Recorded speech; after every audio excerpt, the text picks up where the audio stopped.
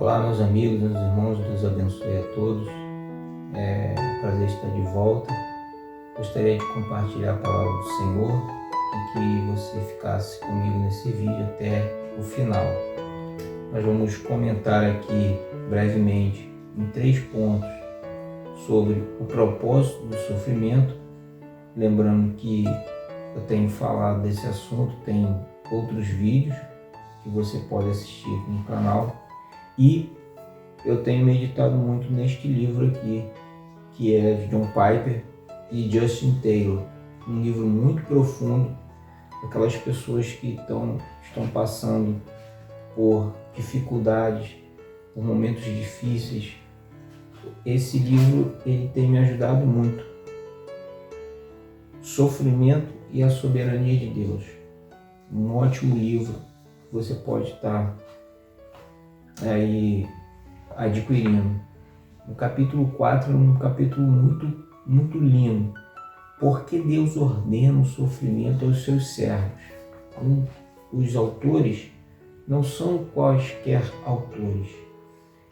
Junto com John Piper existem outros autores aqui e eles têm relatado o sofrimento na vida deles, na vida dos seus próximos, coisas que aconteceram que fez com que Deus fosse glorificado, que Deus fosse engrandecido através da vida de cada um deles. Então, vale a dica. Queria falar sobre o propósito do sofrimento. Estou aqui com a minha Bíblia aberta, 1 de Pedro, capítulo 2, versículo 21. O versículo diz assim: portanto, para isto fostes chamados, pois que também Cristo sofreu em vosso lugar, deixando-vos exemplo para seguir de seus passos. Vamos dar uma rápida olhada no que a Bíblia ensina sobre o sofrimento. Nós sabemos que o sofrimento é resultado do pecado. Em última análise, a queda do homem trouxe desordens e caos ao mundo. Este ensino está lá em Gênesis capítulo 3, versículo 17. Vai dizer assim: maldita é a terra por tua causa. Então, houve ali um juízo de Deus sobre a desobediência daquele primeiro casal. Depois disso tudo, o que acontece é resultado direto do pecado. A morte, tudo que vem é um juízo que Deus impõe sobre a desobediência da sua palavra. Então o pecado é um mal sem par. Ele inaugurou o inferno, ele inaugurou e sustenta o inferno. Foi a causa da queda de anjos que não guardaram o seu estado original. Então todo infortúnio debaixo do sol é causa do pecado. Uma vez isso posto, qual é a real causa do sofrimento humano? Vamos em frente. Eu separei aqui 3 passagens e criei aqui alguns tópicos para que pudesse nos ajudar a ilustrar melhor essa verdade. Você pode acompanhar na sua Bíblia, você pode ouvir, lembrando que eu peço que você comente, coloque o seu amém, que você possa estar assistindo. Se não dá tempo agora, você assiste mais uma hora com mais calma. Vale a pena, compartilhe com aquela pessoa que você sabe que tem dificuldade de ir aos cultos, com aquela pessoa que tem dificuldade de ler e ela pode assistir, e você ajuda o nosso canal. Primeira coisa que esse versículo nos alerta e que a Bíblia fala sobre o propósito do sofrimento na vida do cristão, e eu estou falando aqui para servos, é o cristão verdadeiramente chamado, regenerado, não aquele que ainda está em dúvida, aquela pessoa que não tem ainda a sua salvação. Esta palavra é diretamente a mim, a você, a todos nós que somos pecadores arrependidos, que sofremos pela causa de Cristo. Primeiro, Deus usa o sofrimento como punição. 1 Crônicas 21, 11 e 12 tem aquela passagem que diz assim: veio, pois, Gate a Davi e lhe disse: Assim diz o Senhor, escolhe o que queres, ou 3 anos de fome, ou que por 3 meses sejas consumido diante dos teus adversários e a espada de teus inimigos te alcance, ou que por 3 dias a espada do Senhor, isto é, a peste na terra, e o anjo do Senhor causem destruição em todo o território de Israel. Vê, pois, agora que resposta hei de dar ao que me enviou, ou seja, a Deus. Está claro que em algumas situações o sofrimento é a causa do juízo de Deus.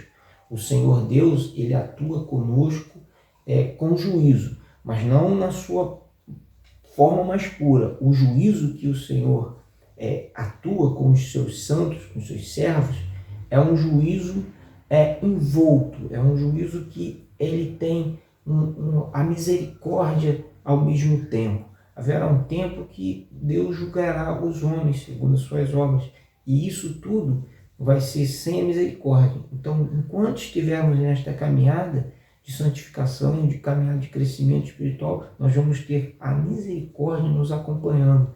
Porém, em alguns casos, é causa direta do pecado. E este é um exemplo. Este texto nos mostra que Deus não é esse mesmo Deus que se pregam por aí. Um Deus que é um pouco tolerante com o pecado, um Deus que é um Deus amoroso demais ao ponto de não enviar o pecador para o inferno. Então, esse Deus não é o mesmo Deus das Escrituras. E ele diz aqui a Davi, a mesma Bíblia que você tem, vai dizer que Davi era um homem segundo o coração de Deus. Só que a ele foi dito, escolhe 3, ao menos 3. O que você quer que Deus te faça? Esse é o primeiro caso do sofrimento. O segundo caso, para a gente não se estender, Deus usa o sofrimento para demonstrar o seu poder. João 9, versículo 3, tem aquela famosa passagem. Respondeu Jesus, nem ele pecou, nem seus pais, mas foi para que se manifestassem nele as obras de Deus. Algumas coisas acontecem sem aparente motivo ou razão. No entanto, há um propósito maior, mais profundo, sem aparente motivo. Jó não sabia o motivo da sua provação, do seu sofrimento. Aquele cego era cego desde nascença, desde a infância. Toda a comunidade conhecia aquele homem e ele, de repente, depois de crescido, aparece curado. O testemunho dele engrandeceu ao cristianismo, à causa de Cristo, porque não era uma simples cura, era um confronto. Então, em alguns casos, o nosso infortúnio, o nosso solilóquio, o nosso sofrimento é causa direta para glorificar o nome do Senhor. E o Senhor glorifica o seu nome na vida dos teus servos. Terceiro, Deus usa o sofrimento para produzir perseverança e força de caráter. Isso está lá em Tiago, capítulo 1, versículo 2 e 4. Tem até um vídeo sobre isso.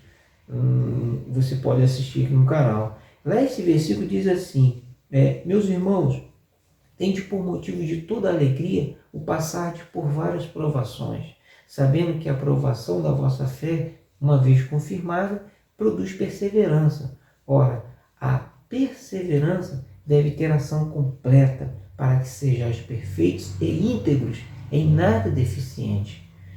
Não estamos falando aqui de perseverança que se conquista por esforço. Dizemos da perseverança que é fruto especial da fé, da confiança, e há uma fé que é provada. Essa provação, em alguns casos, é extrema. Há uma provação que nós vamos provar, que nós vamos passar. Muitos servos de Deus registrados na palavra do Senhor passaram por esses momentos difíceis de provação. Provação da fé, provação da sua confissão. Nós temos vários exemplos disso.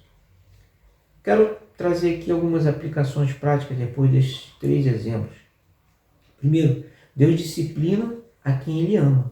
Se você vive como um crente em uma vida isenta de lutas, de dificuldades, sua vida é um completo conforto, um paraíso, se a sua vida é alegria abundante, felicidade, cuidado, todos nós vamos passar por momentos de provação. Deus ama e a quem Ele ama, Ele açoita como filho. Então, como Cristo que sofreu, que foi provado, que sofreu o pecado, o fardo de toda a humanidade, o Filho de Deus, por que não nós que somos seus irmãos?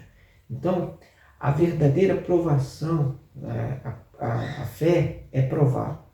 Jó 1, versículo 6 diz que num momento tudo mudou daquele dia em diante. Foi um único momento. Tudo estava maravilhosamente bem. O que acontece?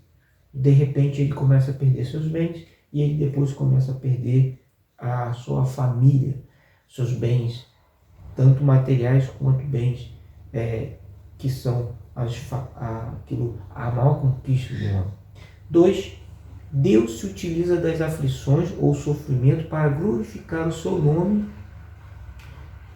e é nessas horas de grande provação que Deus se apresenta como um Deus o quê? Um Deus vivo, pessoal, um Deus consolador.